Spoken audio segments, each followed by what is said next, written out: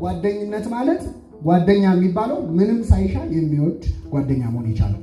ሁለተኛ በዘመን ሁሉ የሚወድ በሉ እስኪ በዘመን ሁሉ የሚወድ ምሳሌ ምዕራፍ 17 ቁጥር 17 ላይ ወዳጅ በዘመን ሁሉ ይወዳል ይላል። ወዳጅ ወይም ጓደኛ በዘመኑ ሁሉ ይወዳል። በዘመኑ ሁሉ ሲባል አምናም ካቻምናም ማለት ብቻ አይደለም። ዘመን ውስጥ ብዙ ነገር አለ። ደስታ አለ የለም? ሐዘንስ? መታመም አለ የለም? መሾም የለም? መሻርስ? ብዙ ነው። ዘመን የተለያየ ነገር ያመጣል። እውነተኛ ጓደኛ በዘመን ሁሉ ምን የሚል ነው? የሚወድ ነው።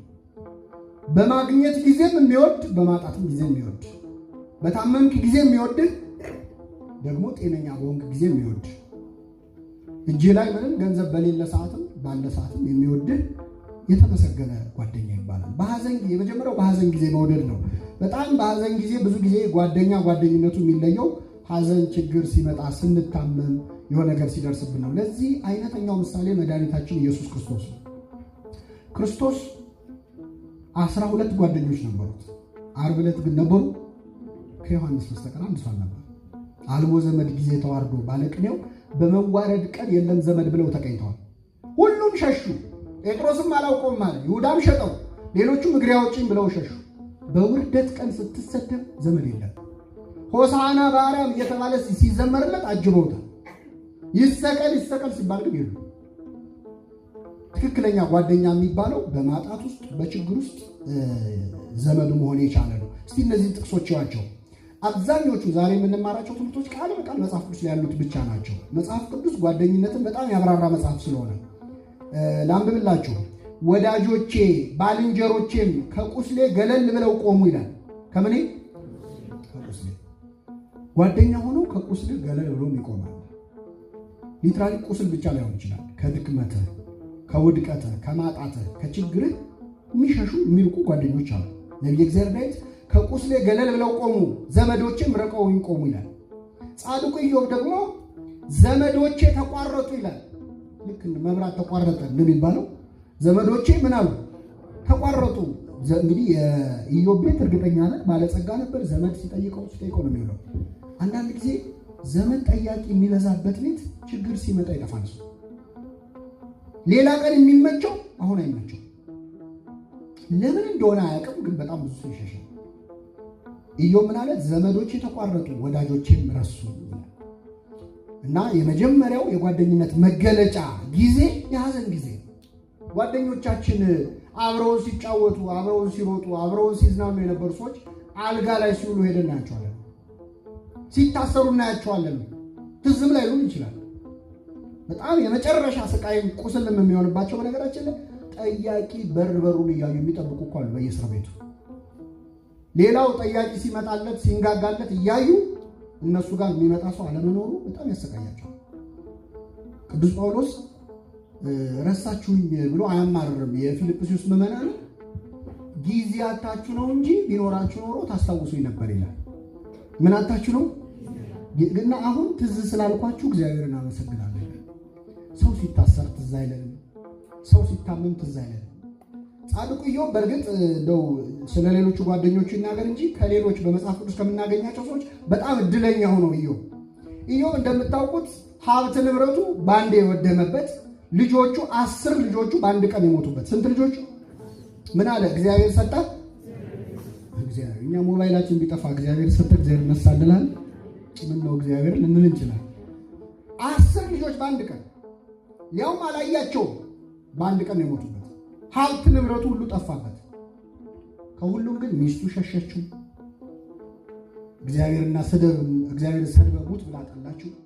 ብቻውን የገዛ ቁስሉ ይሸተው ነበር፣ በገል ያክ ነበር። ጓደኞቹ ያደረጉት ግን በጣም ድንቅ ነገር ነው። በእውነት በጣም ድንቅ የሚያስመሰግናቸው። ላንብብላችሁ መጽሐፈ ኢዮብ ምዕራፍ 2 ላይ ከቁጥር 11 እነርሱም ይላል ሶስቱ ጓደኞቹ ሊያዝኑለትና ሊያጽናኑት በአንድነት ወደ እርሱ ለመምጣት ተስማሙ። ከሩቅም ሆነው ዓይናቸውን ባነሱ ጊዜ አላወቁትም። ምን አላሉት? ምክንያቱም እነሱ የሚያውቁት ኢዮብ ዘንጦ ለብሶ አምሮበት ነው አይደል? ቁስል በቁስል ሆኖ አላወቁትም። ድምፃቸውን አሰምተው አለቀሱ፣ እየጮሁ አለቀሱ። እያንዳንዳቸው መጎናጸፊያቸውን ቀደዱ፣ ወደ ላይም ወደ ራሳቸው ትቢያ ነሰነሱ። 7 ቀንና 7 ሌሊት ከእርሱ ጋር በምድር ላይ ተቀመጡ። ሕመሙ እንደበዛ አይተዋልና ከእነርሱ አንድም ቃል ያናገረው አልነበረም። በጣም ድንቅ ነው አይደል ያደረጉት ነገር። አንዳንዴ ይኸውላችሁ ጓደኞቻችን ላይ የሆነ ችግር ሲገጥም አብሮ ማዘንን የመሰለ ውለታ አለ የለም። ሌላውን ወሬውን ምኑን ትተነው የኛን ለቅሶ አይተው ሊጽናኑ ይችላል። ለቅሶ በመሰረቱ የእግዚአብሔር ስጦታ ነው። ይህን ማወቅ አለባችሁ። የማን ስጦታ ነው? የእግዚአብሔር። እንዴት ካላችሁ ሰው ባያለቅስ ያብዳል። ታውቃለህ። እንደውም ድሮ በሀገራችን አስለቃሽ ሁሉ ነበረ፣ አሁን ቀረ። ለቅሶን እግዚአብሔር የፈጠረው ምንድነው? ስታለቅስ የሚወጣል ነገር አልቅሶ ይወጣለት ይባላል አይደል? የመጀመሪያው ሀዘንተኛ አባታችን አዳም ነበር። አዳም ልጁ አቤል የሞተ ጊዜ ሰውነቱ እስከ ማበጥ ደረሰ ይላል። ከመጨነቁ ብዛት ነው እስከ ማበጥ ደረሰ። እንዴት ሀዘኑን ያውጣው? ከዛ የእግዚአብሔር መልአክ ቁጭ ብሎ እያለቀሰ አሳየው። እያለቀሰ ሲያሳየው እሱም እንደ መልአኩ ማልቀስ ጀመረ። ያን ጊዜ ሀዘኑ ቀለለለት። በሀዘን ያሉትን እግዚአብሔር በቸርነቱ ያቅልልላቸው። አጽናኝ መልአክ ይልካል። ለአዳም ግን እውቀቱ ስለሌለው ነው። እና አልቃሽ ምናምን ሙሾ አውራጅ መጽሐፍ ቅዱስ ላይ በጣም ሙሾ አውራጆች ምናምን ታገኛላችሁ። ያስፈለገው ለምንድን ነው? ሰዎች ጉዳዩን በደንብ አስበው እንዲወጣላቸው ነው። በጣም የሚያስቀው አሁን ለቅሶ አያስፈልግም ሰልስት የለም በሰላም ጉቡ እንባባልና ከዛ ሳይካትሪስት ቢሮ ደግሞ ሄደን ውስጤ ይጨቀኛል እንላለን። እዛው ሊወጣልን የሚችል ነገር ማለት ነው። ሀዘኑን እግዚአብሔር ይፈልገዋል። ሌላው ግን ሌሎች አብረው ሲያለቅሱ ማየት፣ ሀዘንን ሲጋሩ ማየት ሰላም ይሰጣል። ስለዚህ ጓደኛ ማለት ሌላው ጓደኛው ሀዘን ሲደርስበት ምንም ማለት አይደለም አይዞህ የሚል ሰው አይደለም። ምንም ማለትማ ነው አይደለም። አንድ ሰው ሀዘን ደርሶበት ሞት ደርሶበት ሀብት ንብረቱ ጠፍቶ ምንም ማለት አይደለም አይባልም። ምንም ማለት እንደሆነ ህመሙን መጋራት ያስፈልጋል። አብሮ ማልቀስ ማዘን ማለት ያደረጉት ይህን ነው። ከዚያ ምን አረጉ? በጣም አዝኖ ስለነበር አንድም ቃል አላናገሩትም። አንዳንዴ ያዘነ ሰው ጋር ማውራትም ላያስፈልግ ይችላል፣ ምክርም ላያስፈልግ ይችላል። በነገራችን አብሮ እንደ ጓደኛ ነው የምነግራቸው። እኛም ተገደል ነው ሰባኪያን ቀሳውስት ምናምን ሲሄዱ ለመናገር ግድ ስለሚሆንባቸው ነው እንጂ አንዳንድ ሀዘን ጸጥታ የሚፈልግበት ጊዜ ነው። ሰውየው እንዲያስበው ማድረግ ማለት ነው። እና በእውነት የኢዮብ ጓደኞች አይነት የማጽናናት ኃይል እግዚአብሔር ያድለን። ግን ሲቆዩ ደግሞ አፋቸው አላረፈ። የኢዮብ ጓደኞች ያው ታሪኩን ስታነቡ መጨረሻ ላይ ምርር ነው ያደረጉት። ኢዮብ ስለ ጓደኞቹ የተናገረውን ላንብብላችሁ። የምታደክሙ አጽናኞች ናቸው አላቸው።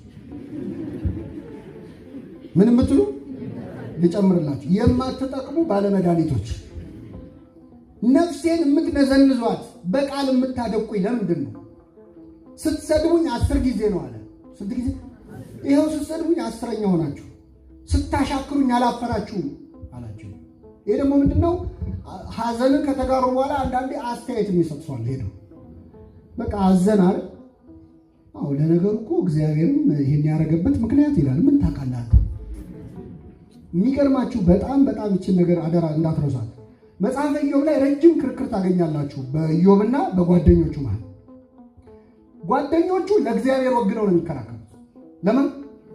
ለእግዚአብሔር። እግዚአብሔር የሆነ ነገር አግኝቶብህ ነው እንጂ በንጹህ ሰው ላይ እንዲህ ያለ መከራ አያመጣም ነው ሲጠቃለል።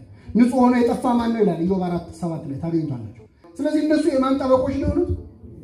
የእግዚአብሔር። ኢዮብ ደግሞ ምን አደረኩኝ እንዲህ አድርጌ የለ እያለ የልቡን ቁጣም ጭንቀቱንም በግልጽ ተናገረ። እግዚአብሔር መጨረሻ ግን ያደነቀው እነሱን ሳይሆን ማን ነው? ኢዮብ ነው። ደጋፊ አይፈልግም እግዚአብሔር። ምን አውቃችሁ ነው እናንተ ስለኔ የምትደግፉት? እና አንዳንዴ በእግዚአብሔር ስራ ገብቶ የሚያብራራ ሰው አለ። ሀዘን ደጋግሞ የደረሰበትን ሰው ሄዶ ይሄ እኮ የሆነው እንዲህ ስለሆነ አይባልም። ምንም የምናውቀው ነገር አለ? ምንም የምናውቀው ነገር የለም። ኢዮብንም ደግሞ ለሰጠው ማብራሪያ ገስጾታል እግዚአብሔር። ሰማያትን በዘረጋው ጊዜ አንተ የት ነበርክ ይለዋል። መላእክት እልል ሲሉ አንተ የት ነበርክ? ምድርን ስዘረጋ ስመሰርት ነበርክ? ደመና ቤት እንደሚገባ እንደሚወጣ ዝናብ ቤት ታውቃለህ?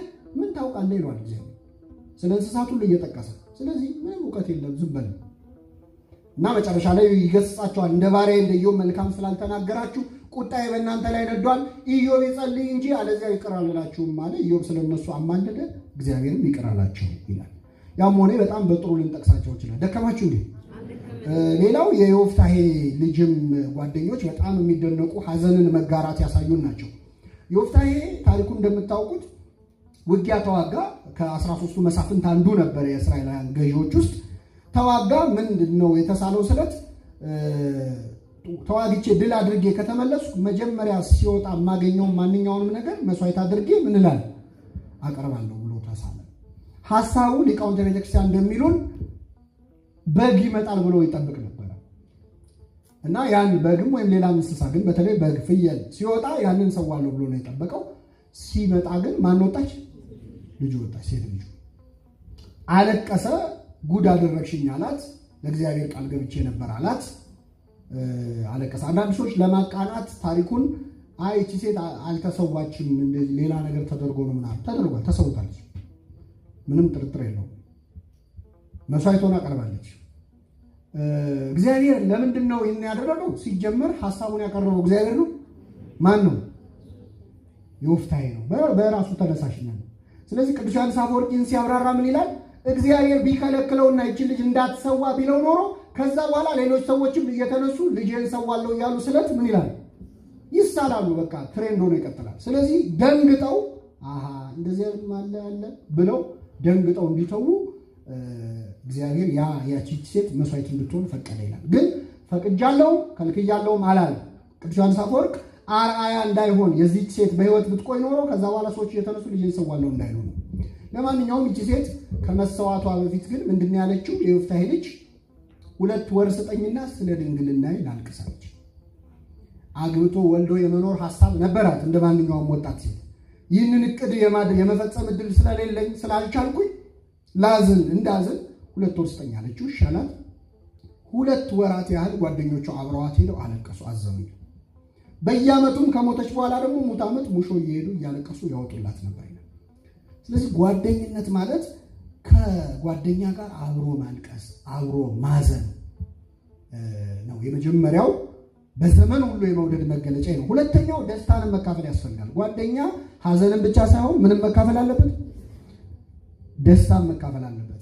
አንዳንዴ ሐዘን ላይ በጣም ጥሩ የሆኑ ጓደኞች ደስታ ላይ አይገኙ ማለት ሐዘናችን ላይ በጣም ያጽናኑን አብረውን የሚከርሙ ሰዎች የደስታችን ቀን የማይመጡ አሉ። ግን መጽሐፍ ቅዱስ በትክክል ያሳሰበን ከሚያዝኑ ጋር በሉስኪ እዘኑ፣ ደስ ከሚለቸው ጋር ደስ ይበላችሁ።